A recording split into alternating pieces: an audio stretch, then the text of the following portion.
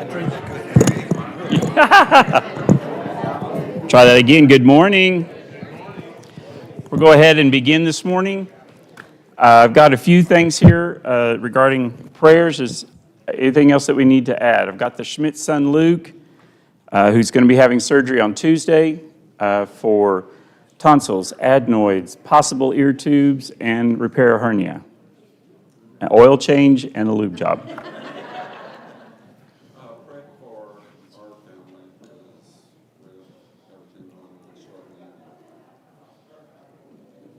Okay.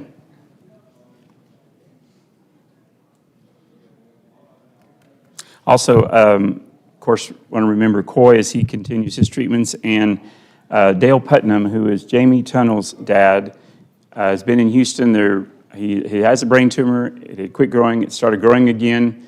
They're going to start him on chemo treatments at home. I believe they live in Snyder for 6 months and see if that will affect that tumor. If not, then they'll look at other options, possibly radiation and surgery.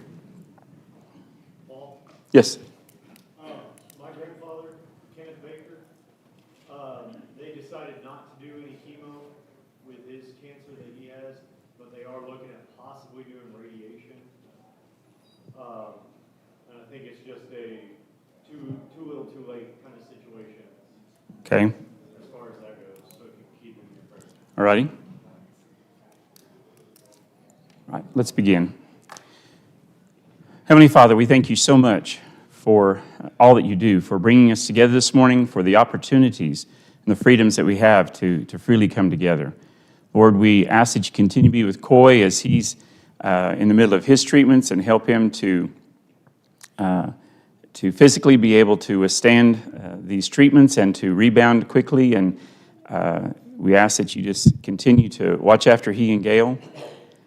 Be with Luke as he's having surgery on Tuesday, and being a little guy and parents are concerned, and ask that you just comfort all of them. Be with the doctors and the whole team that's going to be taking care of him and doing the things they need to do. Be with Dale as he begins his chemo treatments, and that it will affect this brain tumor and reduce it, and give him some hope and a better quality of life. Be with the Kite family and the challenges and struggles that they're facing, that you would just lift them up. Let them feel your presence and a sense of peace that comes over them. And we ask that you also be with Jared's grandfather, Kenneth, and with this current decisions that they've made about no chemo, that if they do decide to pursue radiation, that would help him as well. But in the process, just comfort that whole family with the decisions that they're making. Lord, I ask that you be with us this morning. Help us to always do our best to follow you and to listen to your word. In Jesus' name we pray. Amen. Okay, Jared was making fun of me. He said I used a lot of color on my slides. So life is too short to go black and white. I'm just saying. You should see my spreadsheets. They're very colorful. Okay, am I good location here, you think? Okay. All right. I felt like I needed to do something about the Holy Land. That's the theme that we've been going through, but we've never been to the Holy Land. So I can't really go that direction, except in 2011, it's before we had Carrie in our family. We were blessed with her. The three of us went to our Mecca. This is the University of Kansas, Allen Fieldhouse. The Kansas Jayhawks play basketball. We actually got to walk on the floor. We didn't kiss it, but we walked on the floor. That is not an idol. That is Fog Allen. That's what the place is named after, one of the legendary coaches of Kansas. So that's our Holy Land visit.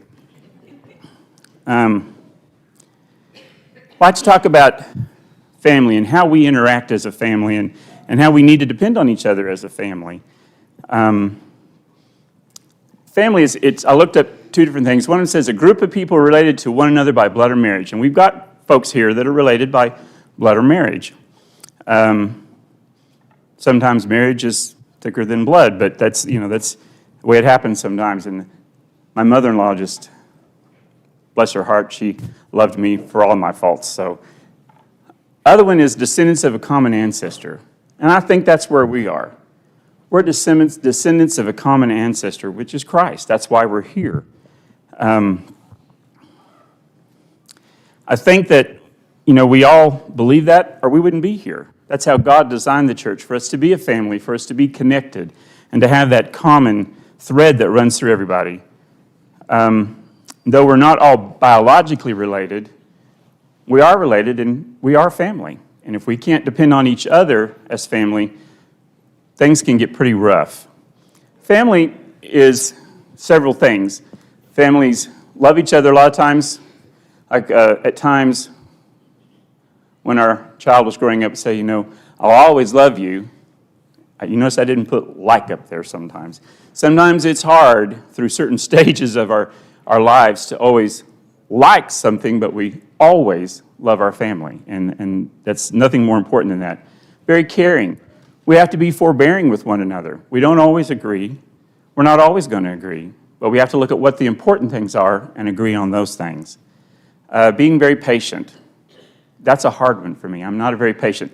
If we go to the mall, Denise is the one that I have her hand, and she's flapping in the wind as we're weaving in and out of people. I'm not a very patient person when we get in crowds. I want to get through and get that, so I have to work on that. Being helpful.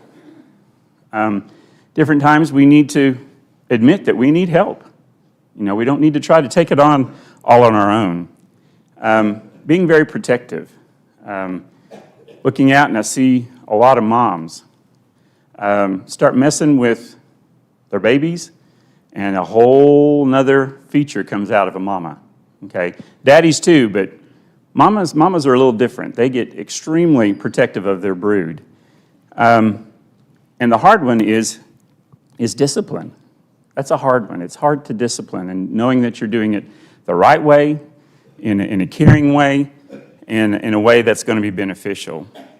I want to share share a story that I think I'll use to kind of help illustrate different parts of that. 45 years ago, long time ago, in another world, another life, I was at school at university, and now it's York University, but it was York College in York, Nebraska, and they have winter. Not like some people, but more than we have here. And it wasn't until about 15 years ago that I was trying to think of a little lesson for a devotional on Wednesday night, and this kind of came to me, so we're going to kind of revisit that a little bit more in depth. It was a real cold Saturday morning. I was being very industrious. I had a test, so I'd gone to eat breakfast, and I was on my way to the library. And it happened all the time. That's what I told my mom. So I was walking by myself, and it was a real heavy frost. Not really snow, but very heavy frost over everything. And there was this, I noticed this little chipmunk. And he was sticking out of his little burrow, and he was looking around. I'd never seen a chipmunk before that day, never seen one after that day on campus. And so I found out, so I was doing this, they're actually considered to be a ground squirrel. Didn't know that. I also found out that prairie dogs are considered ground squirrels. Okay, clearly, Alvin, prairie dogs would be his much larger, weight-challenged cousin, because they were in totally different spheres. This little bitty guy sticking his head out of the hole. And then I noticed, a while later, there was Sylvester. He was a campus cat. Every campus has a cat. When I was at Tech, they lived under the bushes at Bledsoe Hall, passed him every morning. This one calico cat, she must have been 110 because she was there the whole time I worked at Tech. And but they wander around and they look for food, wherever they can get it.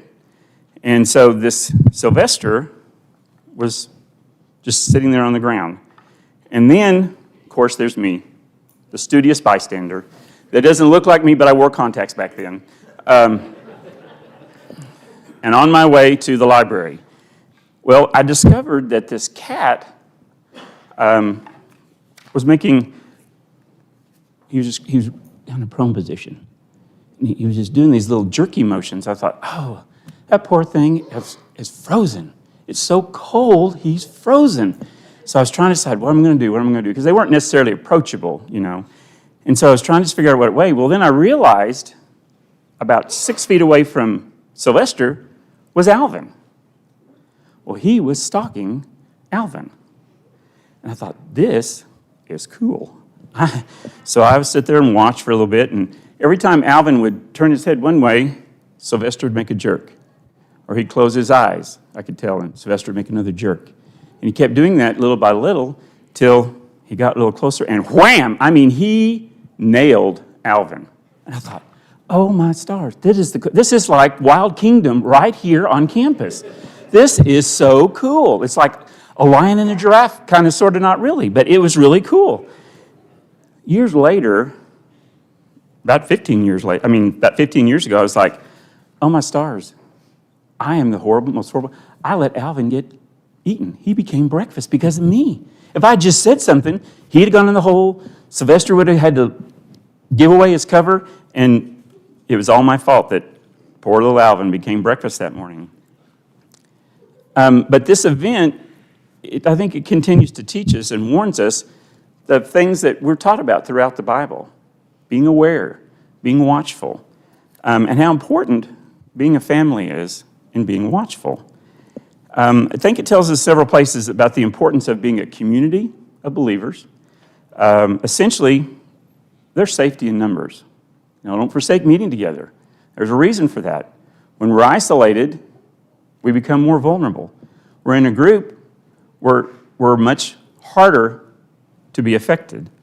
Back in the beginning, God knew that was an issue, and that's why he created Eve, to be Adam's helper. He knew Adam, he said it wasn't good for him to be alone. He needed a helper. We need to be in a community together. Ephesians 4, 15 and 16 tells us that Christ is the head and that we are all individual parts. We all have pieces of that puzzle, piece of that body that we're together. We all fit together and we're held by each other because we all have something to offer. It may be one thing, maybe 5 things, but we all have something to offer to the body.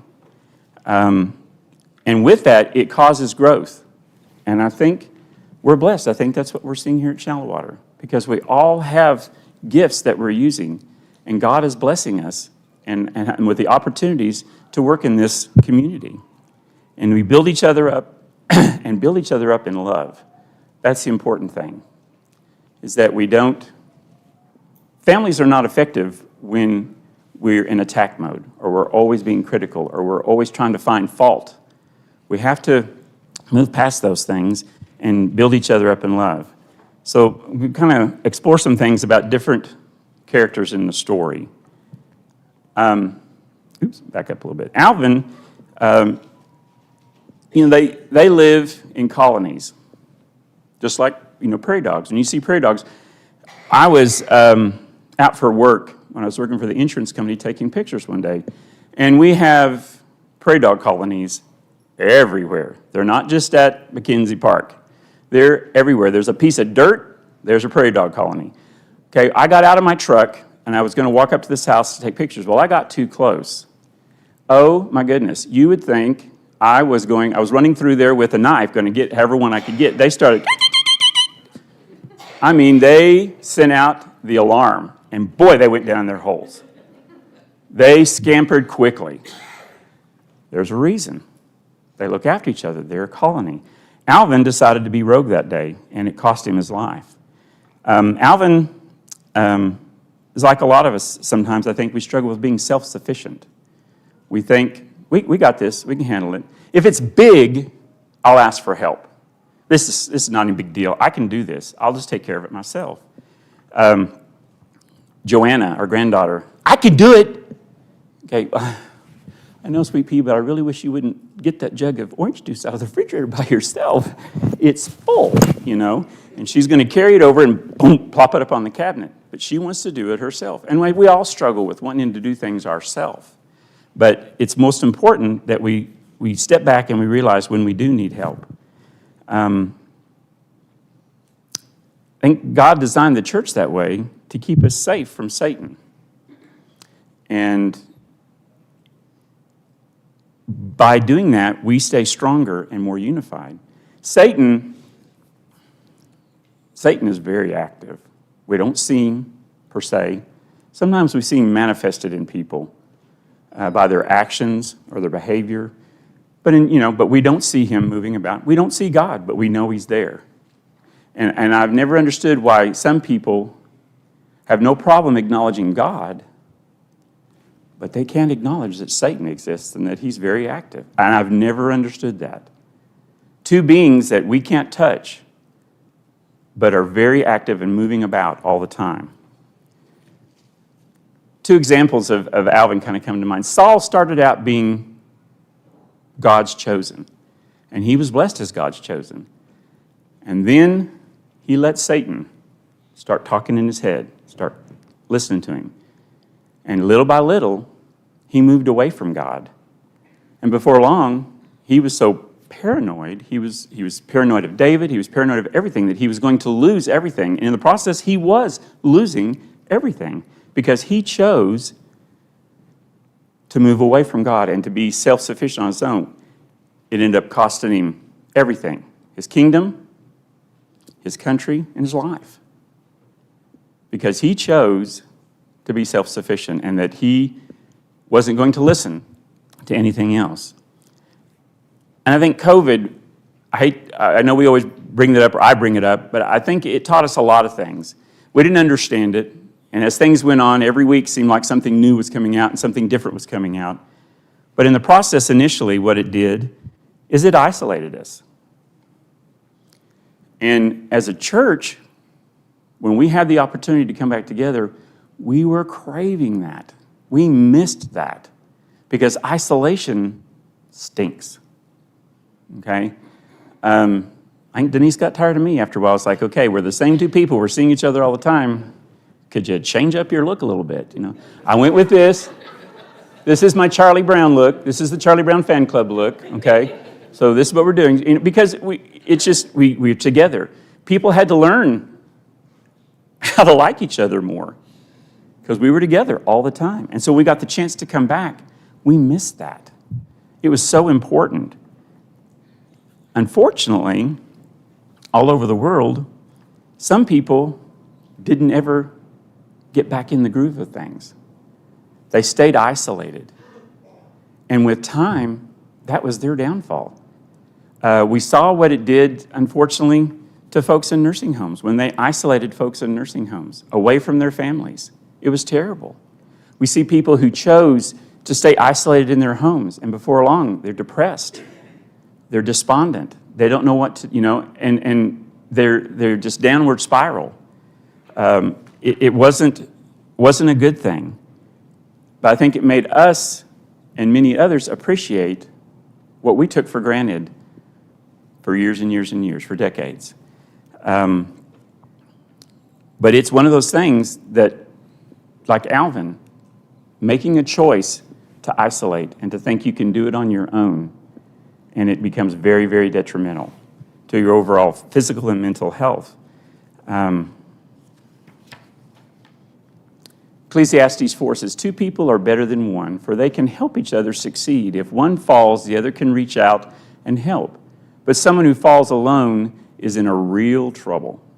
Likewise, 2 people lying close together can keep each other warm. But how can one be warm alone? A person standing alone can be attacked and defeated, but 2 can stand back to back and conquer. 3 are even better. A triple-braided cord is not easily broken. Okay, you look at people in battles. What are the army? They want to make sure that they've got their forward progression in mind, but they also have what? The rear flank is covered. Somebody's got to be watching both ways. What do you know? God knew that a long time ago. He knew that a long time ago. Husbands and wives have that. Friends have that. Families have that. Churches have that. We have to watch after each other's backs because Satan is circling, and he's going to find one way, find a little opening to try to get into what we're thinking or what we're doing and to separate us. Matthew 18 says that for where two or more gathered in my name, there I am with you. That's okay. Halloween sounds were not part of this. Right there is what God's telling us. 2 or 3, I'm going to be there with you. So not only when you've got at least 2 of you, you've got a third one. God is watching after to try to keep us as safe as we can, to keep us aware, to keep us on our cue so that we know what's happening. It can be hard to confront someone. I'm not going to stand up here and tell you it's easy, because it's not. It's just not. I've had to do that, and sometimes it works and sometimes it doesn't. You know, we have to do what God expects us to do and that we know is right. Being a parent or someone in charge of a child that you're caring for, we have no issues stepping up and intervening. You know, all those years Denise had daycare, until recently, they were not connected to us. They were just children that were placed in her care. And I wouldn't want to be the person that tried to get between her and those kids. Not only because she felt a responsibility to the parents, she felt a responsibility to those kids, and she loved them and she wanted to protect them. That's what we do as parents and friends and family. We do our best to protect our family. But when it comes to other adults or even church family, we become hesitant. It's not as easy. That's not as easy a thing to do. We don't want to, maybe that's culturally, I don't know, maybe it's different in other countries, I don't know. Never lived any other place but here. So I can't tell you about other places, but we become hesitant. We don't want to interfere. We're afraid to do so and say something that might push somebody away, especially push them away from the church. That's the last thing we want to do. Years ago, my oldest brother, when he had his first child, they were not attending church at all. And so I felt like I needed to say something, and so I told him this is the opportunity for them to get back on track and to make it important that his children knew about God.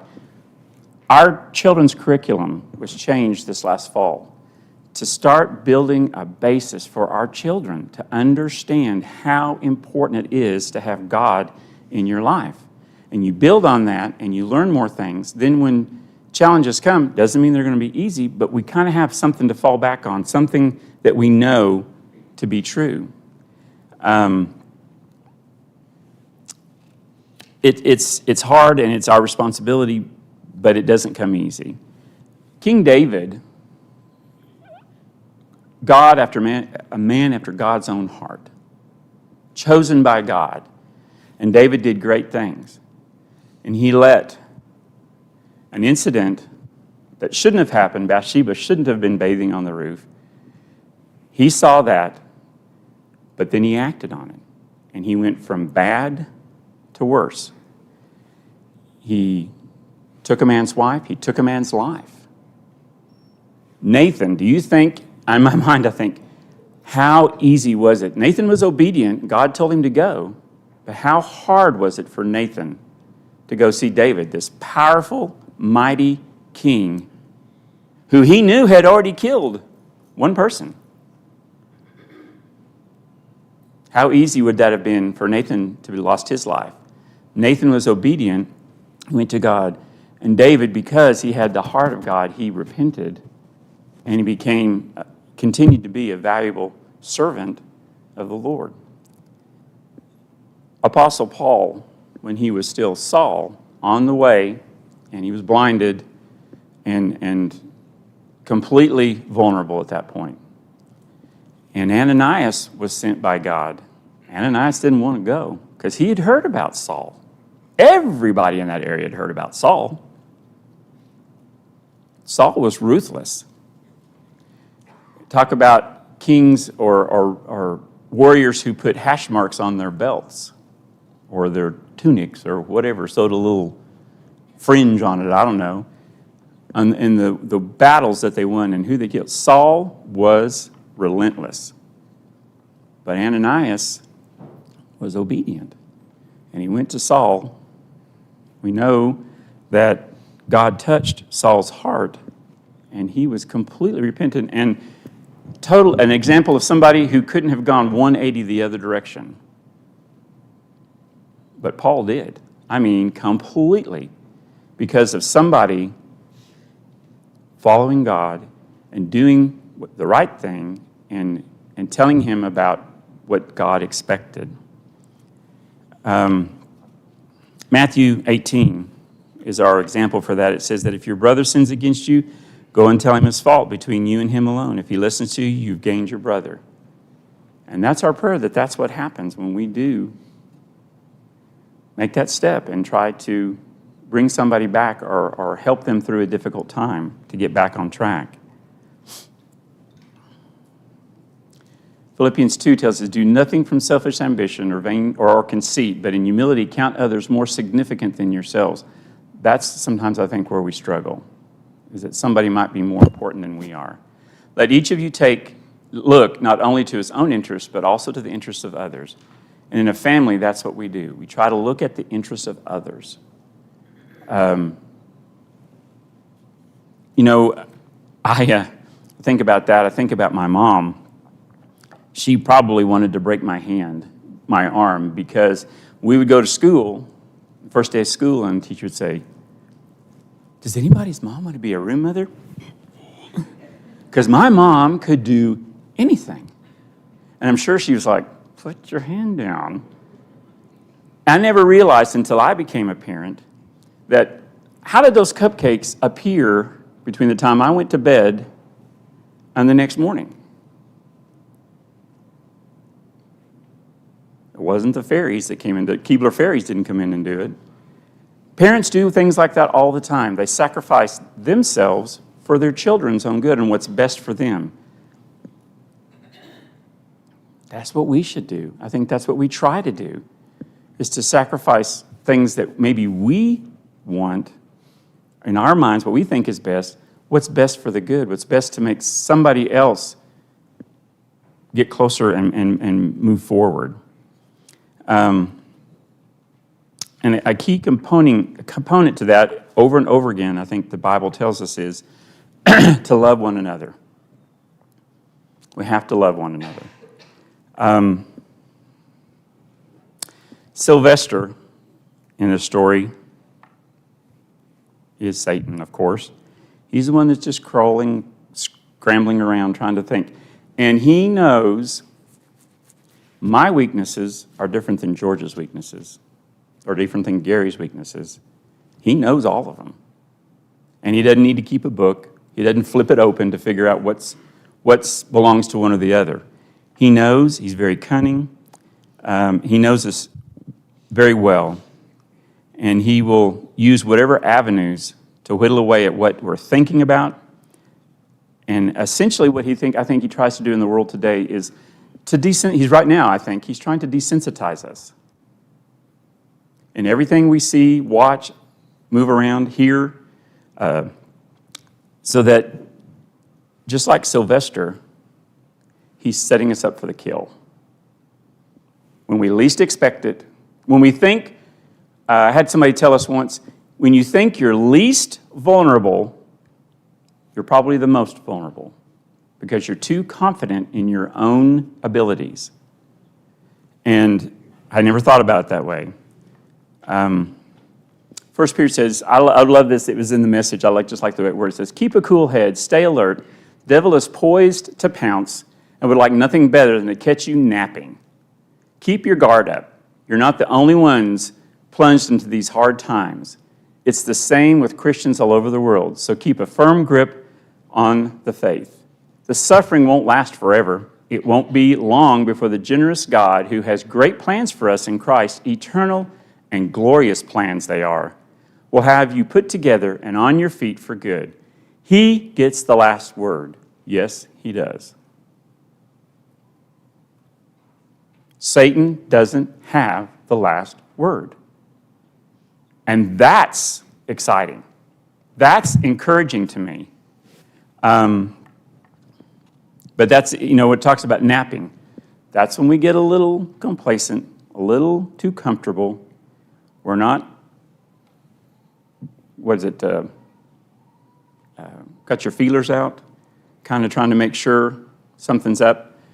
So many, I think if we would be like so many animals who have such heightened senses about things, I can come in from Rosa's with a package of tortillas in the plastic, in a bag. I walk in the door, and our two dogs are Murphy and then our grand dog Daphne. I mean, they nearly knocked me down. How did they smell that quickly? We need to have those kind of heightened senses about Satan and to be aware. And when we see somebody that is in our family struggling, what should we do? We need to step up. We don't have to say, hey, Denise, FYI, I noticed Satan's been circling. Just thought you want to be aware. That's not what he means. He means you go up, and I know I don't understand this. I don't understand the non-hugging thing. I don't get it. For me, that's a hug. You go up and you tell somebody, hey, I've been thinking about you, and you give them a hug, or you pat them on the arm, or shake their hand, or something. Engage them and let them know they're important. Sometimes that's all it takes for them to get themselves back aware of what's going on. It's not necessarily the big things. It's the little things that sometimes make the most difference. Satan tries all kinds of things to tempt us today. Commercials. Holy guacamole. If you see the things that they try to tell you are normal for your child, now it's back to school. Back to school. This is what everybody's wearing. I walked through the store. I was in Walmart one day. I was not against Walmart. It could be Target. It could be wherever. But on an end cap, and they had these, it was teens, as you walk in the aisle, I'm not sure those shorts would have covered a whole lot. Woo! And it's not just girls. It's your boys too. Satan is appealing to all of them. This is what they're going to wear this year. Be like everybody else. It's not easy. I think that's why God didn't give us a girl, because I probably would be the most hated father on the planet. It can't be easy raising children right now because of the influences that are being thrown at them all the time. Entertainment. We don't go to the movies a lot. We went to see the Mario Brothers movie, okay? And I think the Ninja Turtles movie is on the horizon. Denise just loves them. It's just crazy. Movies, we watch a lot of different movies on TV. And for a good while, the things that we were watching were fine. But now you watch movies. There's always getting to be a dominant homosexual character. There's getting to be where now same-sex marriage is now the lead characters in some movies. Watch, in literature, Denise was talking with a librarian, and who was looking at books for this next year, and things that are in elementary schools for children to read for their book clubs, to get points and things. We have to be aware of what they're watching, what they're reading, what we're watching, what we're reading. Don't think that Satan's not trying to desensitize us. Our grandson doesn't want to watch a Hallmark movie.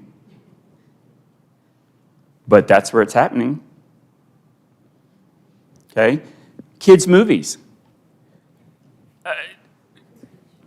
Bambi. You know, I got in trouble because I cried. My brother said he was never going to take me to a movie again because I cried during Bambi. Okay? We're past Bambi. Okay? You have to know what's going on before you subject yourself or your family to certain movies. To understand what's going on. Because it's subliminal. It's a little bit at a time. It didn't start out this way. It's already been moving this direction. This wasn't just something that came out since 2022 or 23. Satan's doing this a little bit at a time to desensitize us so that we think, oh, that's not that big a deal. Everything else in the movie was fine. It's not that big a deal. It is a big deal. If we don't pay attention to what comes in, okay? Same thing like I said with books. That's not a problem for me. Somebody else has to read that book. I don't read. Other than my Bible, and I think that's a pretty safe place to go, I'm not a big reader. So that would be a struggle for me. But you step up and you do what you got to do to make sure it's okay. He tries to isolate us from each other. That's what COVID does. That's what other things in life work. Work. We come home, we're tired, we're isolated, and go back to work the next day. Or you work all day and you come home and you've got 2 or 3 more hours of work to do that evening. Before long, we've let that isolate ourselves. It doesn't mean that necessarily that's not saying that work is wrong, but we just have to be aware and be careful to not let that control everything about our life. Illness is a tough one. When we first did COVID, Jason Finter stepped up and said, he's like, yeah, we can do. I said, Sure, we can do that. I said, he's like the lady I used to work with, my IT lady. If he ever tells me no, I'm going to probably have to have the defibrillator because that doesn't happen very often. But he figured out a way to piece things together. We were recording things and sending them to him, and he was piecing it together so that we, as a family, could stay connected.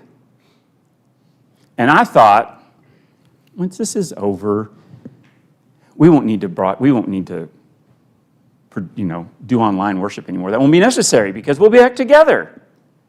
Wrong. What happens when we have a sick child at home or we're not feeling well? We can log on, and for that day, we're a part of things. How important is that?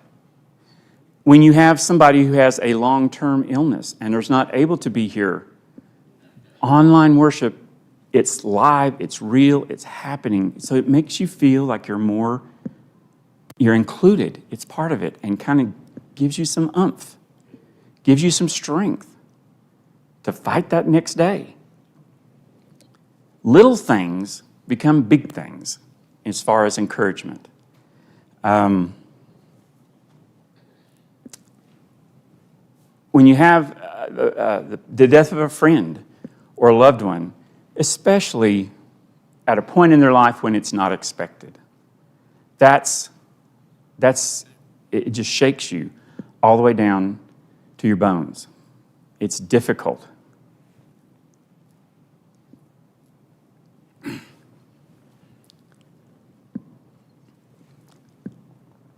How important is family?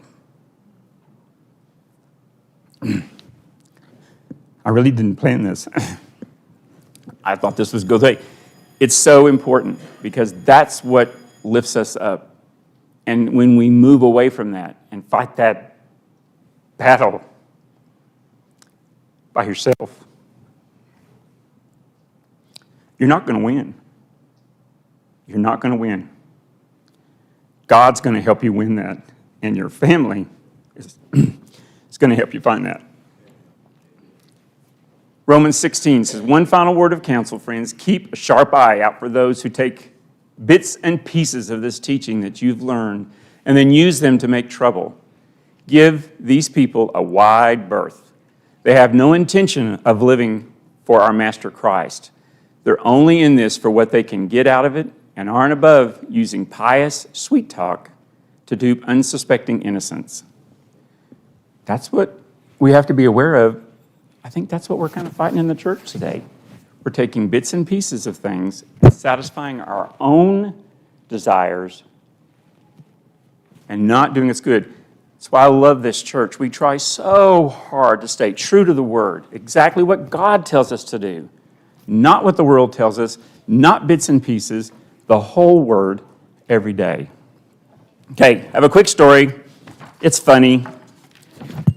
End this on a positive note here. My grandfather years ago grew up in Kansas, southern Kansas, grew up there, went to Washington, D.C., met my grandmother, came back to take care of his parents, and lived there another 40 years. And he was up in the pulpit one day. It's the importance of community and importance of family is the story. And he's leading a song. And he's getting ready to sit down. It's going to be time for the preacher to preach. And they end that song on a real high note. It's really loud and everything's great. A sister sitting right here, singing with every fiber of her being. She hit that last note, boom, out came her teeth.